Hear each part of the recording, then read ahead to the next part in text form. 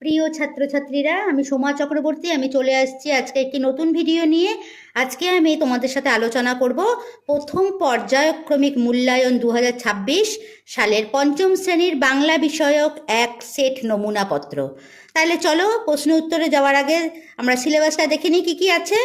আমাদের সিলেবাসে কী কী আছে দেখো। বাংলায় গল্পে আছে পাতাবাহারে, গল্প বুড়ো, বুনোহাঁস, দারোগাবাবু এবং হাবু, এতুয়া মুন্ডার কাহিনী, পাখির কাছে ফুলের কাছে, বিমলার অভিমান আর ছেলেবেলা। প্রথম ইউনিট টেস্টে বা প্রথম পর্যায়ক্রমিক মূল্যায়নে তোমাদের বাংলা কিন্তু পাতাবাহার থেকে এই ছেলেবেলা পর্যন্ত থাকবে। আর ভাষাপাঠ যে বইটা আছে তাতে থাকবে ব্যঞ্জন সন্ধি, শব্দ ও পদ। দেখো, সঠিক উত্তরটি বেছে নিয়ে লেখো। 1 গুণ 10, 10টা থাকবে 1 নম্বর করে। ক নম্বরে আছে বিমলার ছোট ভাইয়ের নাম কি?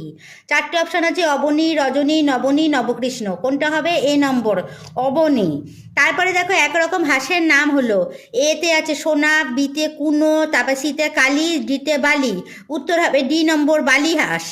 বালিহাঁস। গ নম্বরে আছে ভারতবর্ষে বিখ্যাত মরুভূমিটি হলো, তার অপশান কি আছে? গোবি, কালাহারি, সাহারা, থর। উত্তর হবে থর, অর্থাৎ ডি নম্বরেরটা থর মরুভূমি হবে উত্তর, হচ্ছে সঠিক উত্তর। তারপরে ঘ নম্বরটা দেখো কি আছে? রূপকথার গল্পে যেটি থাকে না। এ নম্বরে পক্ষীরাজ, বিতে উড়োজাহাজ, সিতে দত্তিদানব, ডিতে যক্ষীরাজ। উত্তর হবে উড়োজাহাজ, রূপকথার গল্পে যেটা থাকে না সেটাতে তোমরা টিকমার্ক দেবে। নম্বরে কি আছে দেখো। নম্বর, পাখির ডানার শব্দ শোনা যায়। কেমন পাখির ডানার শব্দ? বো বো, শোষো, সনসন, ঝনঝন। 4টে আছে, তার মধ্যে হবে বি নম্বরটা, শোষো। শোষো হবে উত্তর। চ নম্বরে আছে সুরবীর ছিলেন একজন। সুরবীর ছিলেন একজন, এতে সর্দার, বিতে আদিবাসী রাজা, সিতে বনজীবী, ডিতে শ্রমজীবী। উত্তর হচ্ছে আদিবাসী রাজা, বি নম্বরেরটা। তারপরে 6 নম্বরটা দেখো, দরবার শব্দটির অর্থ কি? দরজা, সভা, দোকান, বাজার। উত্তর হবে সভা।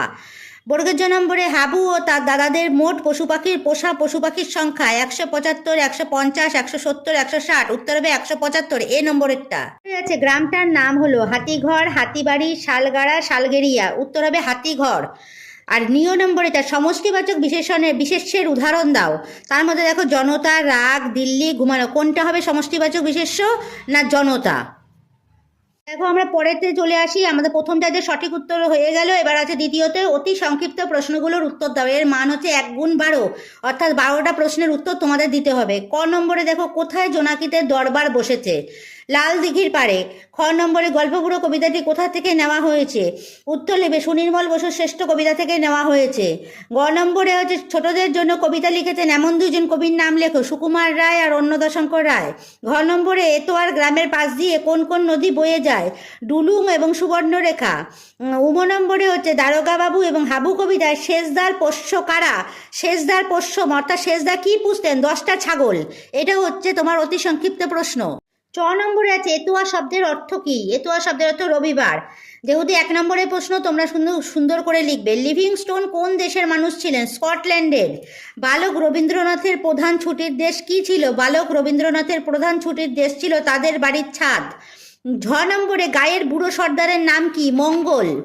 এইভাবে কিন্তু পুরো বই থেকে খুঁটিয়ে খুঁটিয়ে প্রশ্ন কিন্তু এবার পরীক্ষায় আসবে। দ্বিতীয় নম্বরে, আজ সকাল থেকে বৃষ্টি নেমেছে, সন্ধিবদ্ধ পদটি চিহ্নিত করে সন্ধি বিচ্ছেদ করো। এই যে লাইনটা বললাম, এর মধ্যে কোনটা সন্ধিবদ্ধ পদ? বৃষ্টি। বৃষ্টিটা কি হবে? ভেঙে 20 যুক্ত তি, বৃষ্টি। ট নম্বরে বাগাল শব্দটির অর্থ লেখো। বাগাল মানে হচ্ছে রাখাল। এইভাবে করে করতে হবে। দেখো ঠ নম্বরে আছে ক্রিয়াবাচক বিশেষ্যের উদাহরণ দাও। ভ্রমণ হলো পড়াশোনার অঙ্গ। এই বাক্যে ভ্রমণের নিচে দাগ দেবে, ভ্রমণ হচ্ছে ক্রিয়াবাচক বিশেষ্য, এইভাবে লিখবে। ড নম্বরে আছে দুটি নিপাতনে সিদ্ধ ব্যঞ্জন সন্ধির উদাহরণ দাও। বন যুক্ত পতি, বনস্পতি, গো যুক্ত পদ, গোষ্পদ। অর্থাৎ এখানে দেখো আমি যে এক্সট্রা যে প্রশ্নগুলো আছে তার মধ্যে তোমরা 12টা প্রশ্নের উত্তর দেবে, আর যেটা লাস্টে থাকবে সেটা আর উত্তর দেবে না। নিচের প্রশ্নগুলোর উত্তর দাও, যে কোনো দুটি। দেখো 2 গুণ 4, অর্থাৎ এক একটা প্রশ্নে 4 নাম্বার করে থাকবে নিচের প্রশ্নগুলো। 1 নম্বরে আছে পাঠ্যাংশে ওয়েসিসের প্রসঙ্গ কিভাবে রয়েছে? দেখো এই প্রশ্নটা জিজ্ঞাসা চিহ্ন দিয়ে, এটা কিন্তু আসবে, ভেরি ইম্পর্টেন্ট। গরমকালে যখন ছাদের ওপর হু হু করে মরুভূমির মতো গরম বাতাস বয়ে যেত, তখন সেই মরুভূমির মধ্যে তেতালার নাবার ঘরটা, অর্থাৎ স্নান করার ঘরটাকে বালক রবীন্দ্রনাথের মনে হয়েছিল সেটি যেন ওয়েসিস। এইভাবে করে ওয়েসিসের প্রসঙ্গ এসছে, এটা এটা লিখতে হবে। 2 নম্বরে আছে এতো আর রোজকার কাজের বর্ণনা দাও। এতো আর রোজকার কাজের বর্ণনা দাও, এটাও সুন্দর করে গুছিয়ে লিখবে। হাটের দোকানের দোকান ঝাটপাট দিয়ে ও একটি বস্তা চেয়ে নিয়ে আমবাগানে বাবুর গরু চড়াতে চড়াতে কুড়িয়ে নেয় টোকো আম, শুকনো কাঠ, মেটে আলু খুঁড়ে বের করে বাটি থেকে, মেটে আলুটা বাটি থেকে খুঁড়ে বের করে, মজা পুকুরের পাড় থেকে তোলে শাক, আর গরু নিয়ে ও ডুলুং নদী পেরিয়ে চড়ে ওঠে, দৌড়ায় সুবর্ণরেখার চড়ায়। এই হচ্ছে তোমার কাজের বর্ণনা। 3 নম্বরে আছে এমনি করে সারা শীত দেখতে দেখতে কেটে গেল। কেমন করে সারা শীতকাল কাটলো, কিভাবে লিখতে হয় দেখো, লেখাটা তোমাদের দেখিয়ে দিয়েছি। আর এরপর কি ঘটনা ঘটলো, লেজুর প্রশ্নটা পরে বলছি।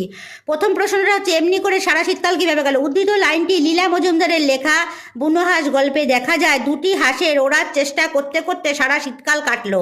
এইটা প্রথম পার্টে লিখবে, তারপরে আলাদা প্যারায় লিখবে এরপর কি ঘটনা ঘটলো সেটা লিখবে। এরপর হাঁস দুটি শীতের শেষে ফিরতি হাঁসেদের শাড়িতে আবার উড়ে তাদের দেশে চলে গেল।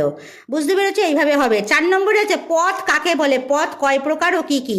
বাক্যে ব্যবহৃত শব্দকে পদ বলে। প্রথমটা পদ 5 প্রকার, কি কি, বিশেষ্য, বিশেষণ, সর্বনাম, অব্যয় ও ক্রিয়া। এইভাবে করে লিখতে হবে প্রশ্নগুলো।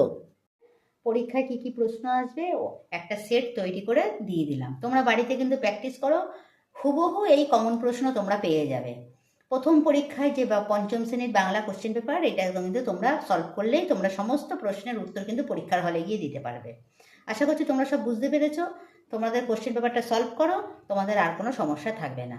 যদি আমার ভিডিওটা ভালো লেগে থাকে তাহলে এটা লাইক, শেয়ার, কমেন্ট করে আর চ্যানেলটাকে সাবস্ক্রাইব করে এগিয়ে নিয়ে যাও।